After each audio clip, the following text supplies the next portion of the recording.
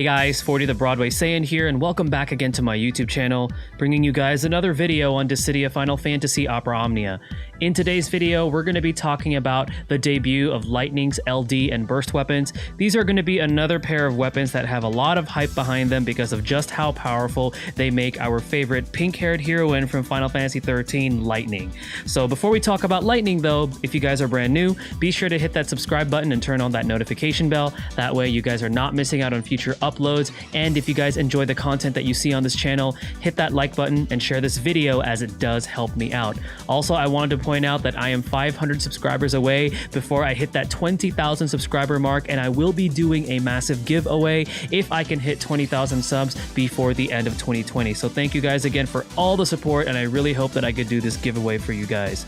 Now, Lightning is going to be getting her LD and Burst weapons. Again, like I said earlier, this is a highly anticipated pair of weapons because of just how powerful it makes Lightning. Lightning is already quite a strong character. When she got her EX realization and when she got her rework, she became like this crazy turn delay, turn stealer type of a single target DPS unit that just keeps the opponent's turns away and deals a lot of damage all at the same time while keeping your turn count low, while giving herself free turns every time she breaks an enemy. So her kit is going to get a massive upgrade now with her LD and Burst weapons, and we're going to be talking about that with this video. Now, I do want to point out that because Lightning is an older character and most of you guys are going to be fairly familiar with how she works, the format for this video is going to be straight up gameplay. I'm going to be narrating it while I am doing some live gameplay. That way you guys get to see what her LD and Burst weapons bring to the table.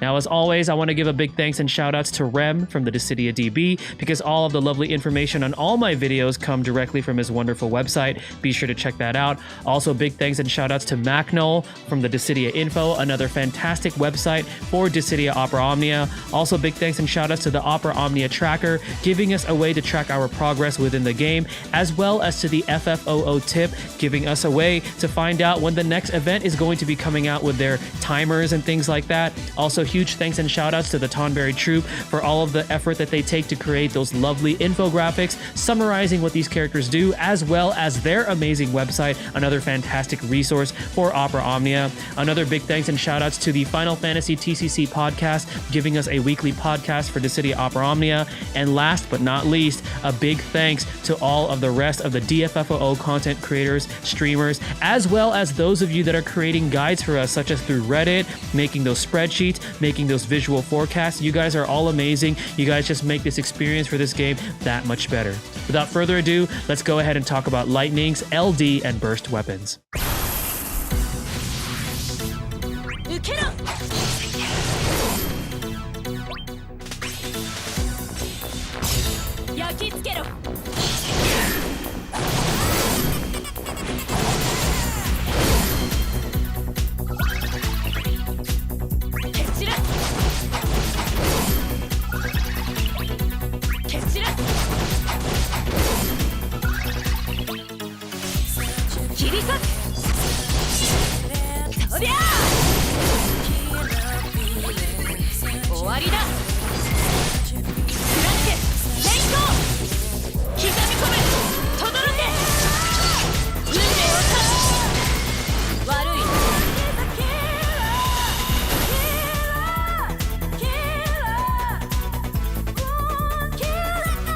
Alright guys, so here we are with our video for Lightning's LD and Burst weapon. Again, because this is a character that most people should be pretty familiar with, I'm going to be going straight into gameplay. I'll be narrating it as I am giving you guys some live gameplay showcase. Now, because Lightning is that free turns, canceling breaks, delaying type of a character who's constantly taking turns, I'm going to be honest with you, I am not the best when it comes to her rotations. There are other players out there that probably play her better than I do, but I'm going to do my very best to explain how she works, especially now that we have her LD and her Burst to take into account.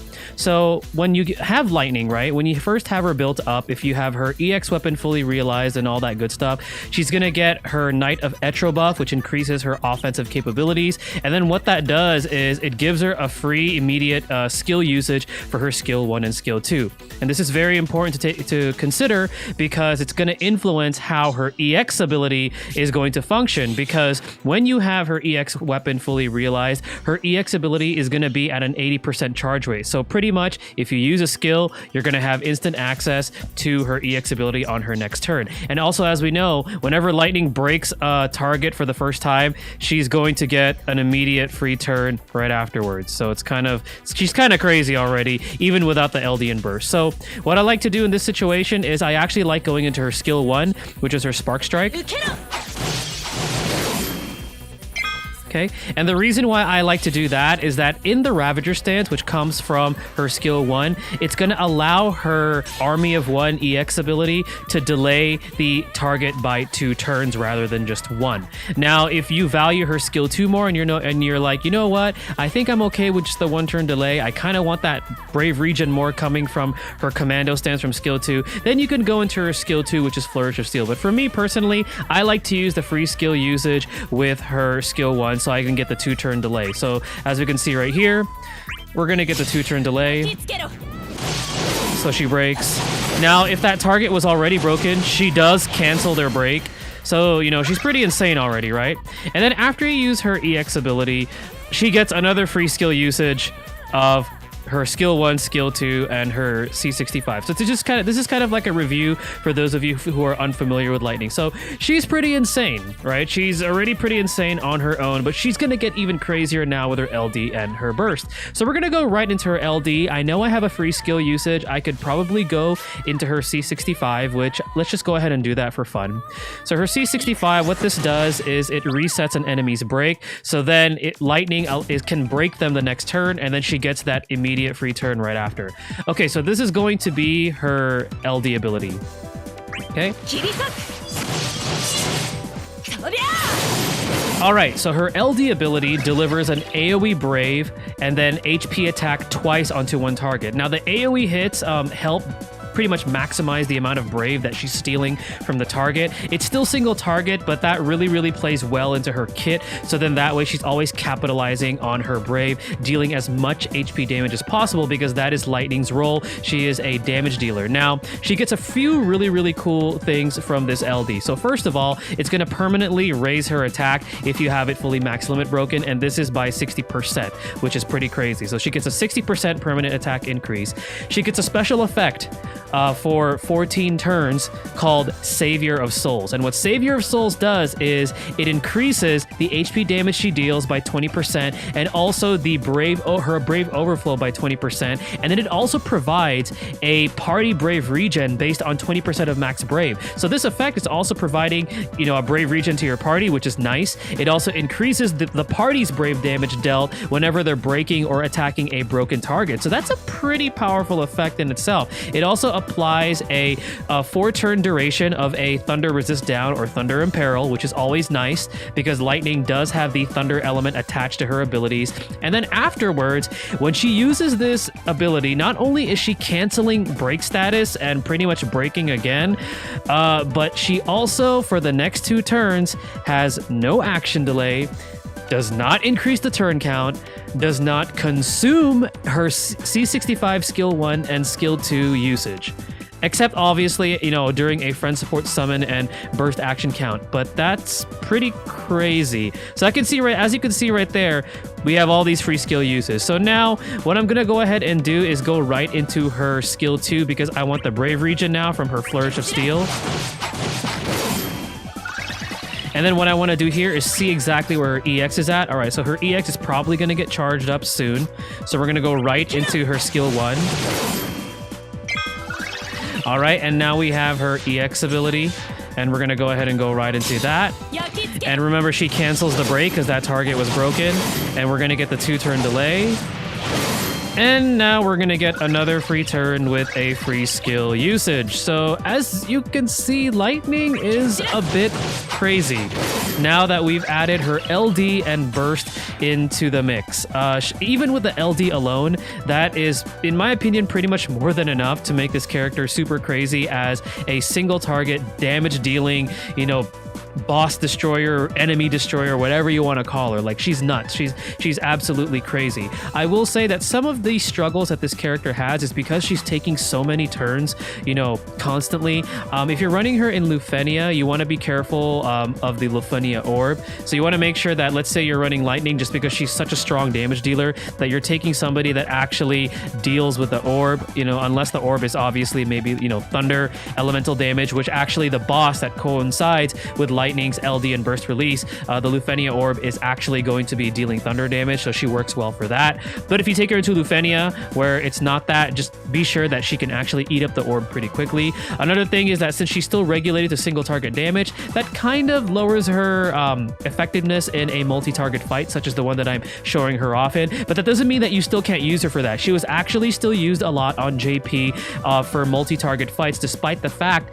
that she was strictly a single target damage dealing unit. And then obviously you're not going to want to bring her into boss fights where they either absorb thunder or they are immune to thunder. You could take her into thunder resist, because she does inflict the thunder resist down, so then that way her damage will just be dealt at a normal fashion. But those are pretty much, you know, what is going to hamper this character down. But other than that, she's fantastic. She's absolutely insane, and she is going to be a damage dealing unit that I highly recommend you guys should consider investing your resources in, if you guys have the resources to invest in. And I know that a lot of people in the community are very excited for this character to get these upgrades. So now what I'm going to go ahead and do is go right back into her LD. And there's a reason why I'm doing this, because I'm going to use the burst right away. Okay, so the reason why I did that is because I like to have those two turns where they nullify the action delay and all that good stuff coming from the LD right before I go into the burst, because I want to end the burst using the LD. So now what I'm going to go ahead and do is, so we take a look at her EX. So while I'm in the burst, if the EX for me is not in her, does not have the plus variant, I'm going to go ahead and use the skill 1. Okay, and now we're going to go ahead and use her skill 2. I mean, her EX, excuse me.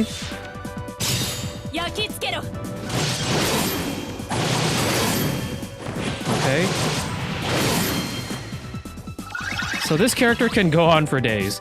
Like, I have nothing more to say than she's just absolutely insane. All right, so now we're gonna go ahead and let's go ahead and go into Flourish of Steel again. All right, and then we're gonna go ahead and use her LD now. Nice. Okay, and then we're gonna go ahead and go right into her burst. So this is gonna be her burst. So she does a 10-hit Thunder Melee Brave attack with an HP damage at the end that she delivers twice. Now, again, it's still only single target, but that's Lightning specialty. She deals with single target, you know, enemies the best. But with the cool thing that I like, at least with her LD, you know, specifically talking about her LD again, is that at least it's AoE, so she could capitalize on Brave. So now if you have access to her burst, if you pull for her burst, this is the benefits that you're going to get out of it. You're going to get that really powerful finish burst, right, on one target.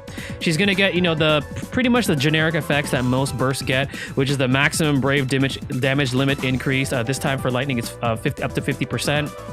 And then the maximum obtainable Brave and HP damage limit is going to increase by 50%, you know, for her finish burst. And then her burst effect, you want to pay attention to this.